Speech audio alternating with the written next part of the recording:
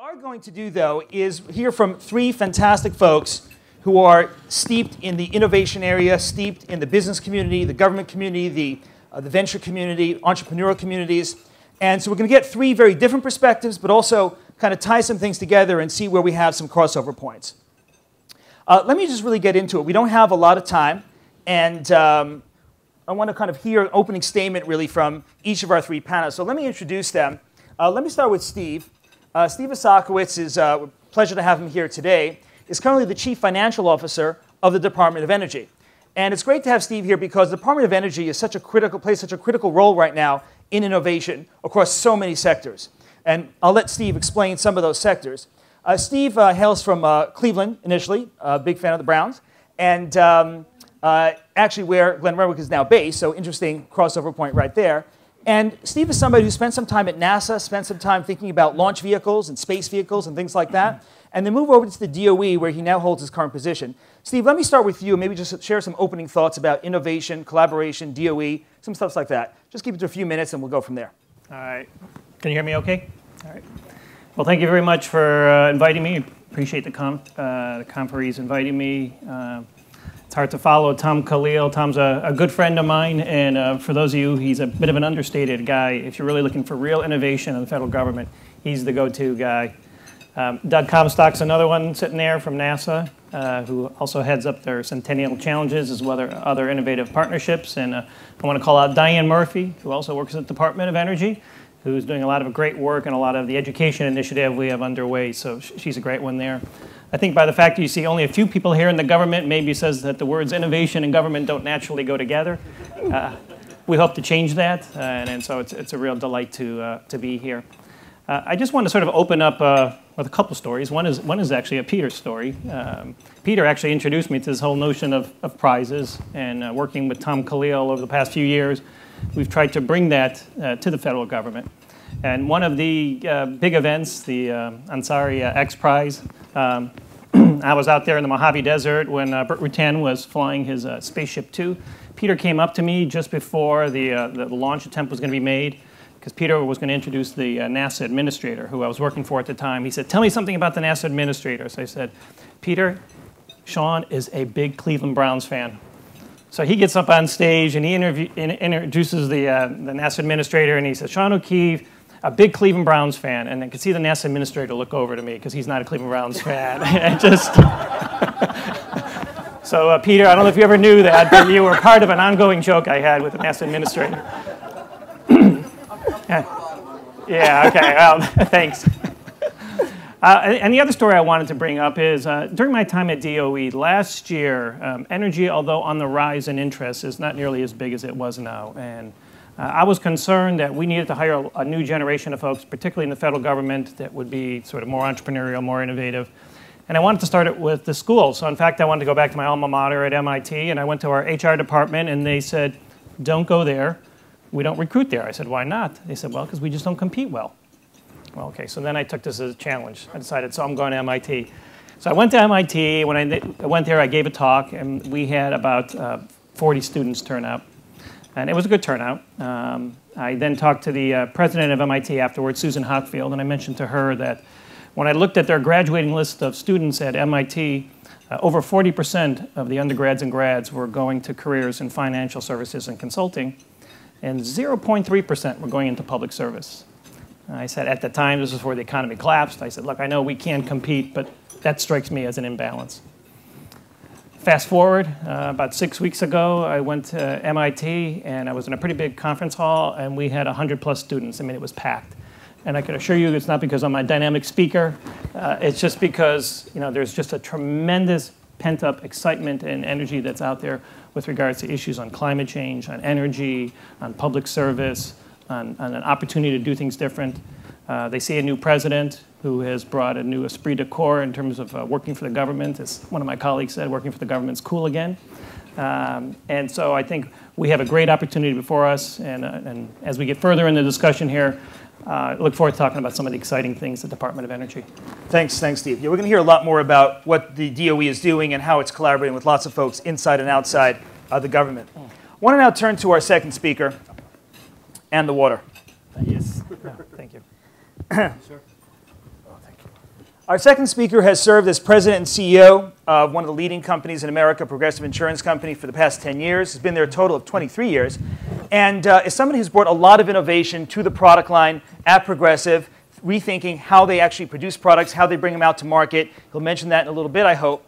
Also somebody who hails from New Zealand, and somebody who not only loves rugby, but also loves racing cars. And that was critical, obviously, when we started chatting to Glenn about the Automotive XPRIZE. It was a natural fit and a great fit, both with the mission, the corporate mission, and also in terms of the personal interests as well. So Glenn, maybe just a few opening remarks in terms of your thoughts, how you got involved with this prize, and some thoughts around that. Sure. I mean, your first two speakers at lunch on innovation are the government and insurance companies. It's kind of like, is this for real? That's what we say, non-traditional sources of innovation, yeah. Non-traditional. But I'd like to think Progressive does know a little bit about innovation in the business world, and I won't bore you with too many insurance issues, but we're really proud to be part of the XPRIZE. I mean, some part of it is self-serving. Our business doesn't exist unless there are automobiles, so that part is, I think, a reasonable self-serving goal. But I think that just culturally, we wanted to be a part of things that married up very similarly with our culture, the culture of innovation, doing things differently. What I'd call sort of orthogonal thinking. And the XPRIZE for me was just a perfect outlet for that, and we'll talk more about it, I'm sure.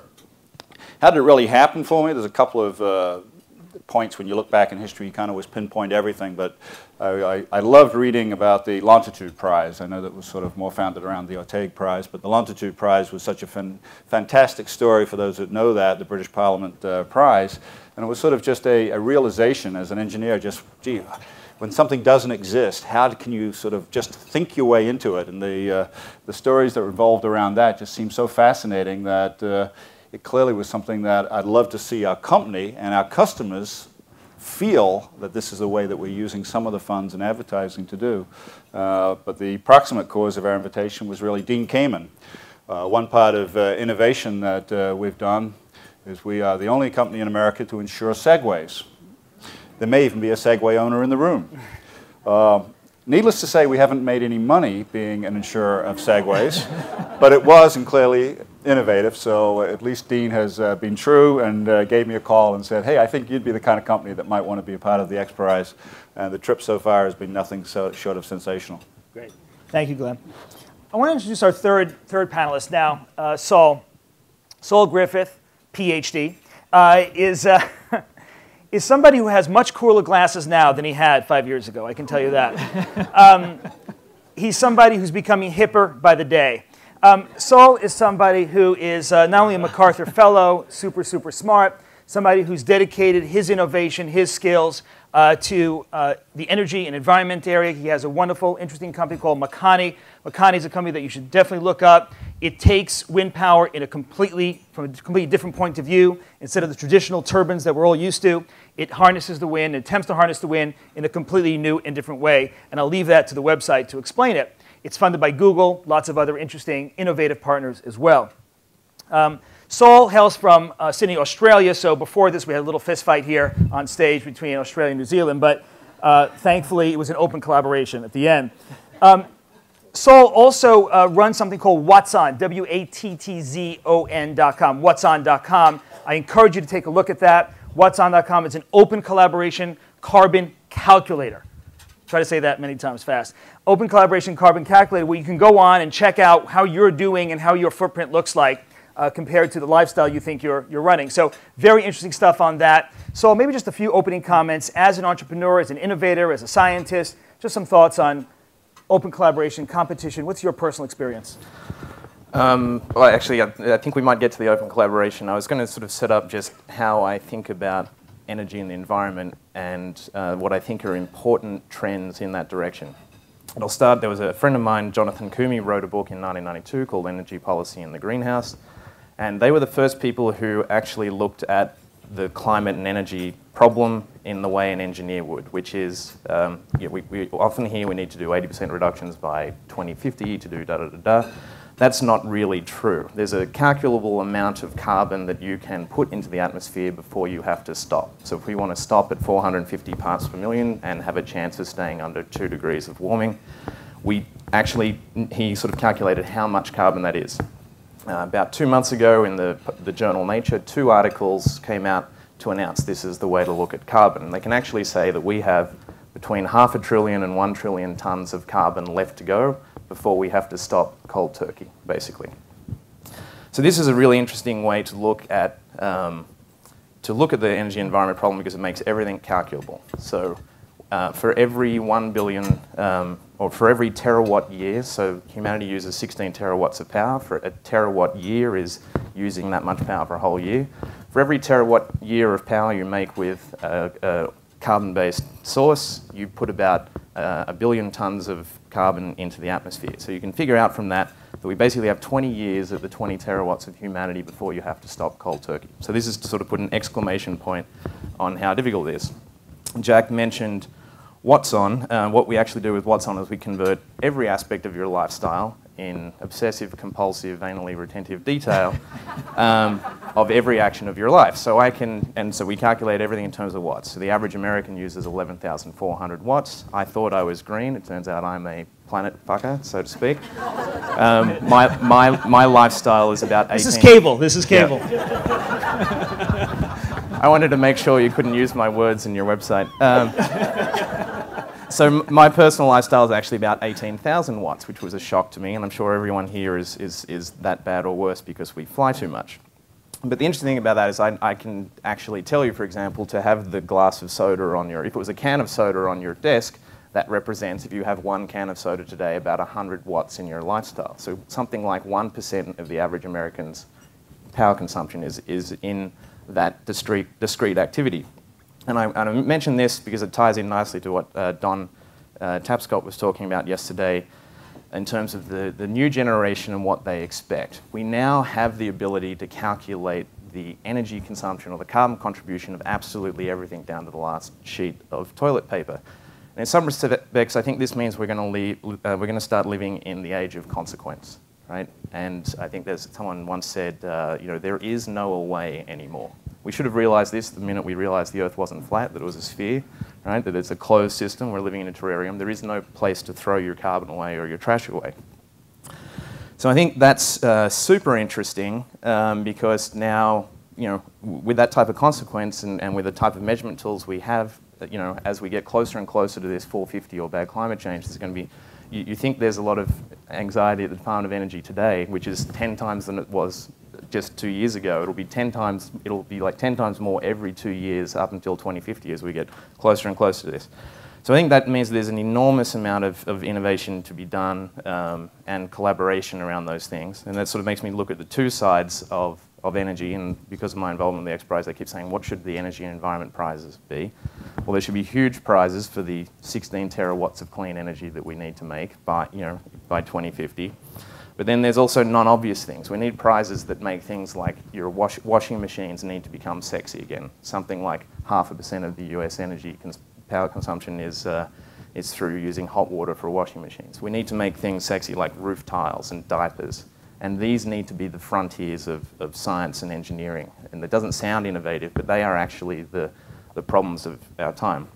So maybe I'll close with one thought, which is the sort of way I look at the 20th century. Science was about we understood the size and the nature of the universe and the very large, and we understood the structure of the atom, and we did that using reductionist single experiment science. We would reduce everything to the simplest possible thing so we could understand deeply the large and the small. But across all of the energy and environment problems that we face, these are systems engineering challenges. And we don't even have a science of systems engineering, let alone design tools. So how do you design the diaper system that mixes in with the sewage system that couples to the energy grid to reduce things? So we need, maybe by actually creating this new science, you could call it the terrarium science. How do you design a terrarium that will be self-sustaining forever? I mean, there's a whole frontier of things that need to be radically innovated there, and maybe that's how we make things like diapers and washing machines and roof tiles sexy again. Thank you, Saul. Actually, to take your particular challenge, talking about the 16 terawatts of clean energy that we'll need, let me actually push the imagination a little bit and challenge us to think about not just those 16 terawatts, but what could we do as a civilization with 32, with 48, with double or triple the amount of energy that we actually, quote, need in terms of self-sustaining every day?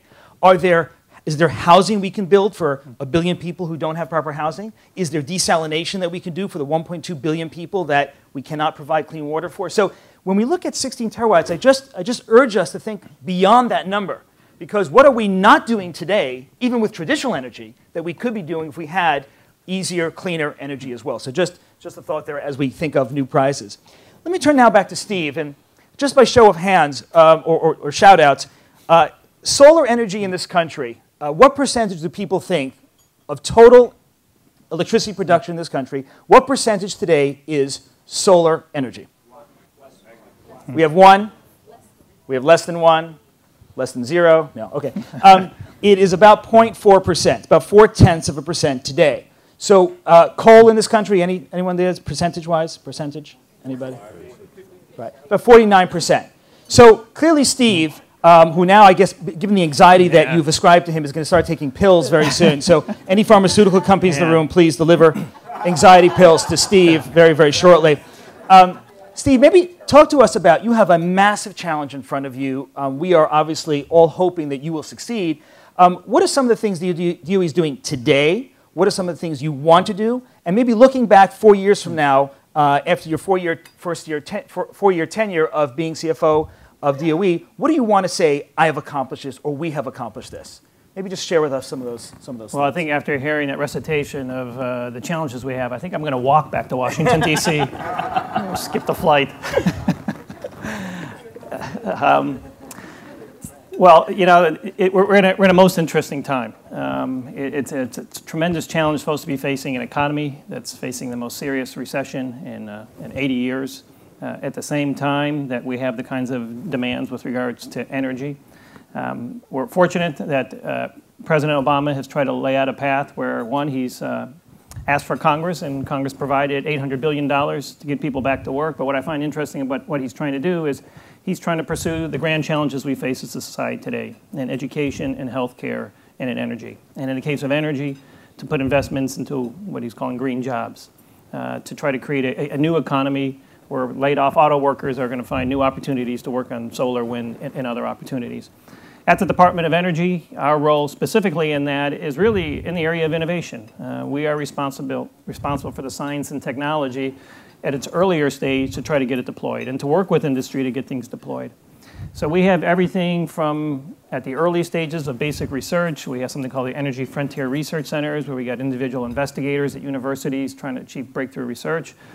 We have something that the Secretary of Energy just announced a few weeks ago. Energy hubs. Exactly, energy innovation hubs. These are places of centers of collaboration modeled after the Bell Labs. His concern is corporations have lost the ability to conduct some of the earlier stage research, and so he wants to sort of create the equivalent of having industry, universities, national labs working together on tough problems. Just one point on that. My understanding of that from the Secretary's announcement is that the people competing for those or bidding for those do not have to be traditional research centers. They don't have to be a Bell Labs type place. Traditionally, they could be new kinds of entrants into that ballgame. Yes.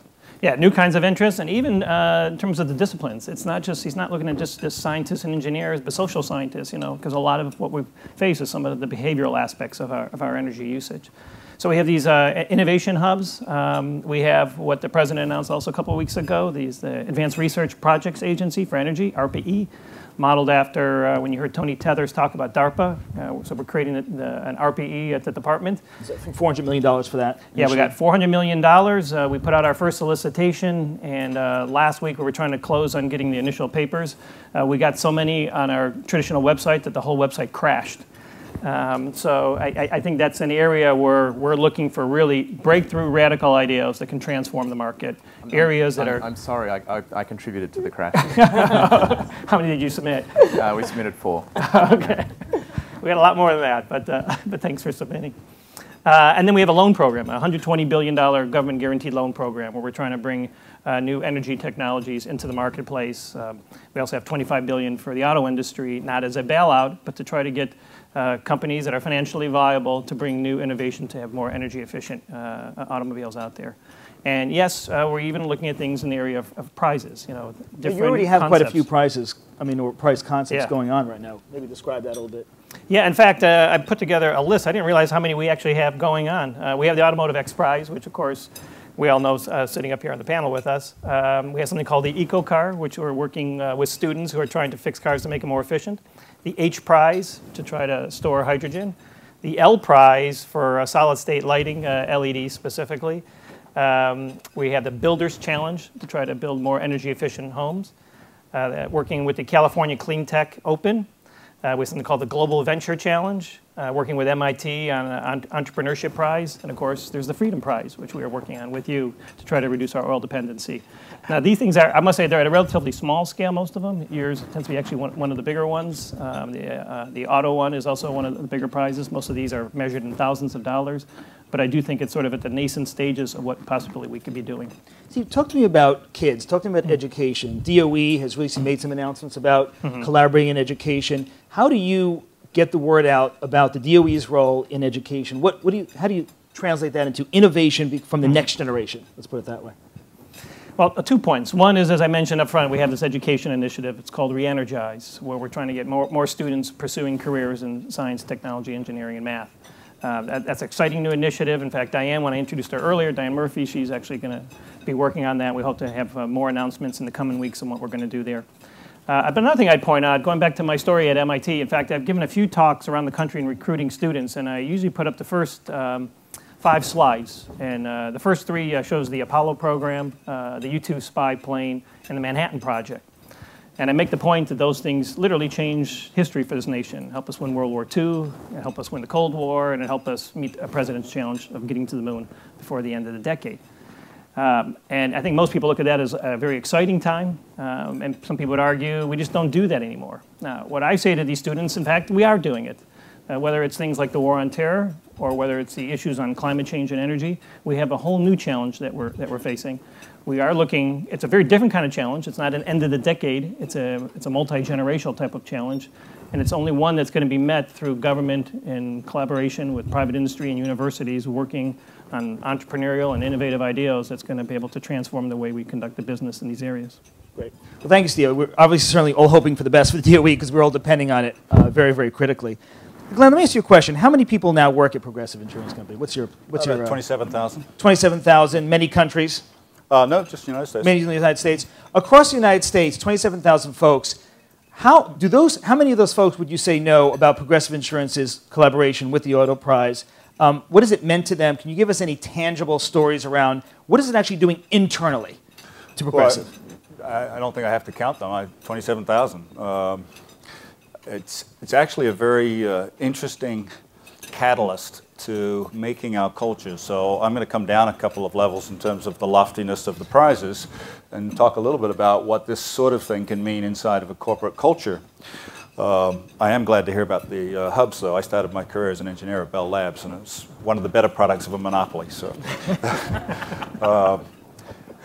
It's very hard to describe cultures, and I suspect we all struggle with that in the business world, but to have a culture where you want to beat your competition by doing the right things ethically and so on and so forth really is very hard to establish. So you've got to sort of create, and there's methods for sure, but it's really a leadership issue and a continuity of trying to find ways to be at the boundary of whatever's going on. I'll just give you a couple of examples of things that I consider innovative in our industry without getting too deep into it, and then why this really fit and what it meant to our people. Progressive has been able to find its way in the industry and become relatively sizable by doing things differently, somewhat disruptively. We were the first company that ever said, gee, you know, the consumers don't think we're very competitive as an industry, so we'll tell you what everybody else's rates are, and that's actually been in place for a long time. Now we've got a product on the streets where we're actually putting a chip in the car and measuring on a telemetry basis what the car's doing. So maybe your insurance rates will be related very much to what you're doing, and it addresses a lot of the other frictional costs involved in how we pollute the atmosphere and so on and so forth. And there are really a lot of things. Another innovation purely in a financial world is we're the only company in America that produces results on a monthly basis, full and complete results, because they simply won't tolerate a distraction to start giving earnings to people and telling them why we did or did not meet it. That's not what we're paid. That's what I don't think I'm paid to do. So we think differently about our business, and so you had to, in my mind, create an alliance with, in this case, the XPRIZE, that was relevant to your culture. if it was something that just people didn't get, that's not what you're asking me to do on a day-to-day basis. This is not a place where I'm free to think differently. This is not a place where failure is tolerated. Then we shouldn't have done this. I think we're exactly the opposite to that. We don't invite failure, but without failure, we're not going to get some successes, so we certainly don't punish failure. And the XPRIZE, while it's not the insurance company that is creating fuel-efficient cars, it is bringing together innovation and choice. And that's another fundamental element of Progressive. We believe in choice. We don't think one size fits all, and we don't want to see necessarily even something as dramatic as the XPRIZE be just one or two technologies. We want to open it up. So it fit very well with our culture. When we announced it and when we've continually promoted it internally, it gives our employees a real sense of pride. And I probably underestimated this. I thought it would happen, but I think I underestimated the scale. What have employees said to you? What have they said to you? Well, quotes are hard to come by, but you just know when you're sort of talking to them. It's like the questions. We might have $14 billion of business, but the questions will be about the XPRIZE. It's just like, okay, could you worry about the $14 billion of business as well? But and there's a real sense of this is putting us on the map. And here's the other issue to those that are corporately inclined in the audience. We have had numerous customers write to us and say, we're proud to do business with you if you're converting some of your sales dollars into this kind of a focused use of funds.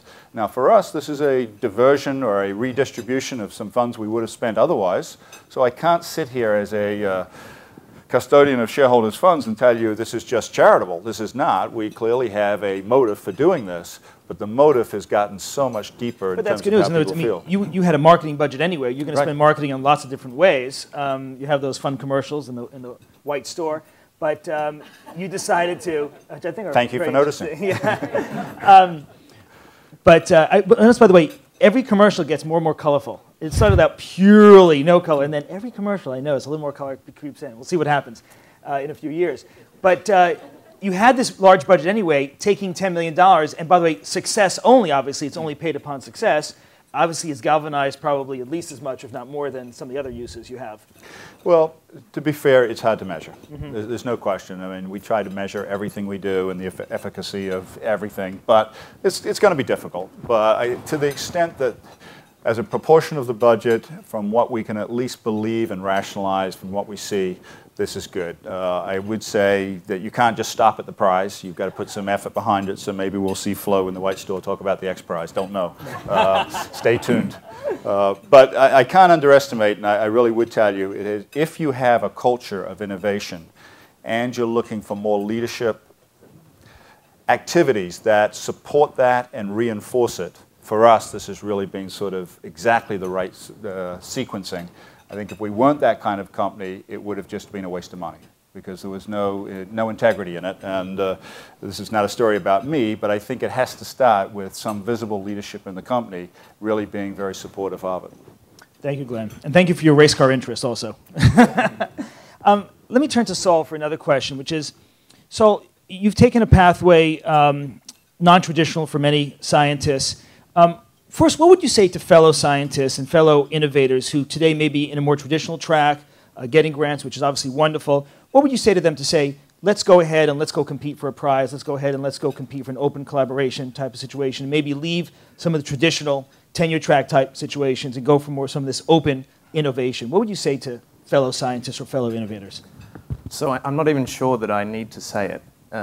In the sense that, I'm 35 and I talk to a lot of people in the 25 to 48 year age group, and I probably get at least 5 requests per day for a job in energy. And this is so everyone in this generation knows that this is the problem, and because of my profile, they say, okay, we would love to work on Makani Power and help you make energy generating kites, or do you know anything in solar, etc. So the demand for work in this space is enormous. So I think, and this sounds like your experience at MIT, I think they were a little slow to the game, but they're now getting there.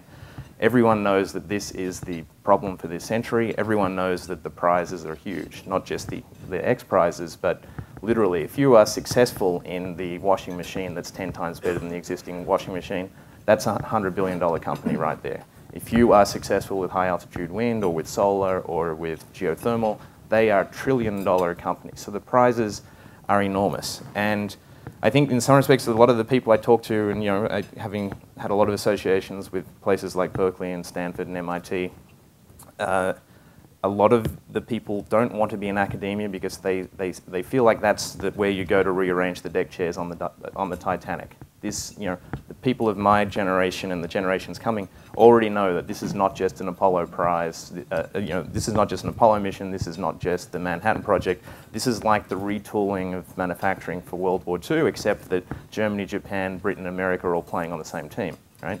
So that everyone gets that, and they don't want to be in academia. They want to be out there getting energy systems actually deployed and in the field. So the challenge, I don't think, is motivating them. The challenging is creating enough resources for them to be actually doing that work. Enough pathways, enough channels. Enough channels and enough pathways. I suspect of the 5 per day, about 1 person per week might actually find work in this. That's how under-resourced as a domain area for all the passionate engineers, and these are unbelievably well-qualified people. Very few of them are actually getting to work on what they want to work on because we haven't resourced this industry of energy. So there's a need to open up these new channels. I'm sure government can play a role, and industry and everyone else can. Let me also ask you, Makani hooked up with Google as one of its initial investors, and I'm sure that was a pitch that had to be had, but Google's obviously a very open and innovation-oriented company. If you had, say, your next company, fast forward, say, 3-4 years from now, it's another energy issue you're trying to tackle, and you say you approach a more traditional company that's not necessarily Google, maybe an industrial player that's building factories, it has factories all over the world and things like that. How would you approach that? How would you engage them? What are the kinds of things that you would say to them to engage them in the kinds of innovation that you do? All right, so you probably don't know that I have a pre-prepared answer for this. No, I didn't know that. Okay, so my next approach, I will go to Coca-Cola, and I will say, in the United States, we use, I think it's 300 billion aluminum cans per year. The surface area of that aluminum, if you flatten out all of those cans, is equivalent to 2 terawatts worth of solar. No, 2 gigawatts. It's a lot. Gigawatts. I know that I did the math, and I know that in 10 years, Coca-Cola and Pepsi-Cola and all of those aluminum cans could create 2 terawatts worth of solar thermal. So I say this is fantastic news. You have the installed capacity to be a manufacturer of solar thermal systems. And that's very convenient because it will enable you to go to kill 2 birds with 1 stone, because you'll be able to solve the efficiency problem of your current business model. So it's terribly inefficient to ship water around in these cans all over the country to people when all the people really want is the sugar. So 60 years ago, Coca-Cola had the perfect business model, which is you ship concentrated sugar and then you mix it with local water. The secret formula. So I think there's an infinite number of variations of this type of pitch, but it's Coca-Cola. You'll start now selling, basically Altoid-size Coca-Cola pills that anyone can drop into their water locally, and you'll only have to ship those little things. You'll save a huge amount on oil. You'll save a huge amount on all those things. Plus, you'll be able to use your manufacturing capacity to generate, enormous amounts of renewable energy. And I think, in fact, if you're realistic about this, the venture community, there's only a few Googles, or 1. The venture community doesn't really, it's very difficult to get a new energy company to scale on the grid. I mean, you're not talking tens of millions, it's $100 million sort of entry fee to get a technology all the way through to the grid. And so in some respects, all of the pitches are going to have to be to these very large industrial players, because they're the only people your pitch is going to be to something they're already doing. In other words, going beyond, say, a charity or foundation check or things like that, but look at their core business and maybe leverage what they're already doing to then play into the innovation game. And absolutely, because if you think about the time scale of what I said earlier, you've got 20, 30 years to really solve this problem. It takes 10 or 20 years to build a multi-billion-dollar company with the resources to tackle these big problems. So we don't want to necessarily start from scratch. So you really want to engage the GEs, the GMs, the Chevrons, the BPs, the Coca-Colas, non-obvious players that don't potentially see themselves as energy companies, the Walmarts, and say, let's become energy companies in either on the supply or the demand side. Great.